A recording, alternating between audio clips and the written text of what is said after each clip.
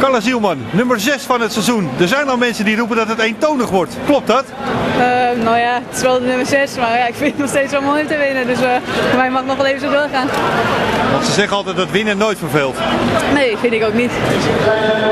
Het zag eruit alsof je eigenlijk een beetje te laat was. Dat je iets te ver naar achter zat. Maar dat viel mee.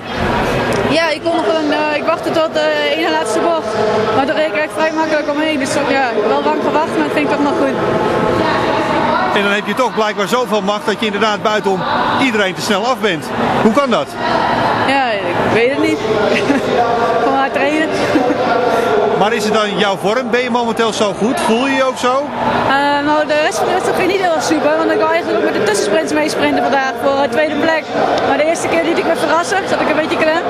En de tweede keer was ik net weg geweest met een groepje. Toen kon ik ook niet. Dus dat betreft gaat het wat minder. Maar het sprint gaat gewoon heel goed.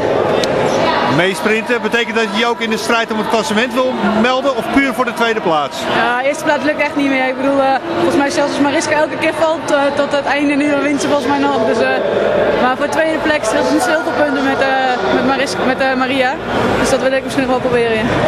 Kijk je dan in de wedstrijd ook wat Maria doet? Richt je echt op haar nu? Oh nee, eigenlijk niet. Dat vind ik zo'n ramp. Vorig jaar zag je Mariska en Maria ook altijd met z'n tweeën aan elkaar vastgeplakt. En dacht ik wel eens van, daar moet ik echt niet aan denken. Dus nou, ik krijg gewoon mijn eigen race en wat Maria doet, dat moet ze zelf weten. Maar daar let ik eigenlijk niet zo erg op. En dan maar zien wat er van komt. Ja, daarom. Je moet het toch zelf doen en ja, ik zie het dan wel.